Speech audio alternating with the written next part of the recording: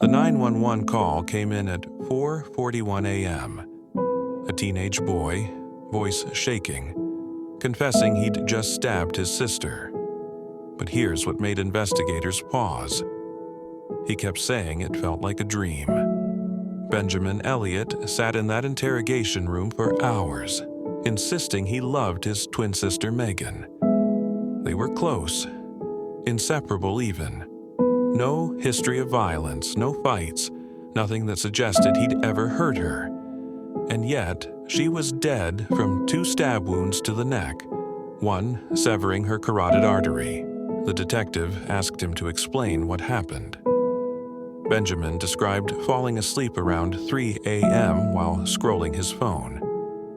The next thing he remembered was the sensation of stabbing something. He turned on the light in Megan's room and saw what he'd done. Panic set in. He grabbed a pillow, tried stopping the bleeding, then called for help.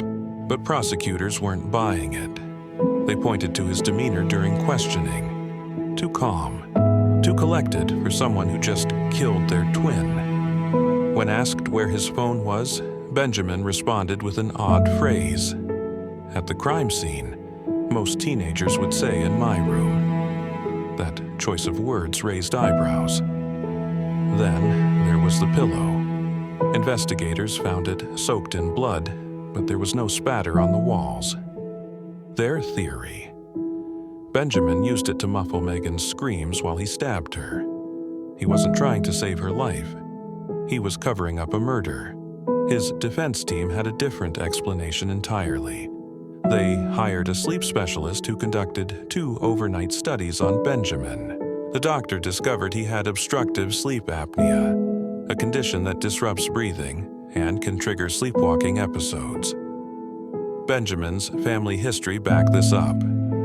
His great-aunt once sleepwalked into the woods during a thunderstorm. His uncle used to wander the house with tools while completely unconscious.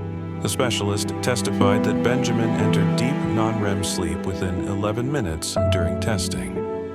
That's the stage where violent sleepwalking incidents occur.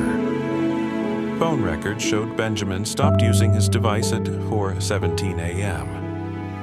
24 minutes later, he was calling 911. The doctor argued that window was enough time for a parasomnia episode. Prosecutors countered with their own expert who said sleepwalkers don't remember details the way Benjamin did. They don't recall the feeling of a knife going into skin. They don't have memories of what happened. And they definitely don't unsheath a knife and stab someone twice in deliberate locations. The trial lasted 4 days. Jurors heard about Benjamin's close relationship with Megan, his protective nature toward her, his plans to take the SAT that weekend. They also heard prosecutors suggest the perfect family image was hiding something darker behind closed doors. After 4 hours of deliberation, the verdict came back. Guilty of murder. Benjamin received 15 years. One juror requested leniency, which his lawyers found telling. Why show mercy to someone you truly believe committed premeditated murder? The question remains unanswered. Did a teenager kill his twin sister in cold blood with no motive, or did something far stranger happen that night?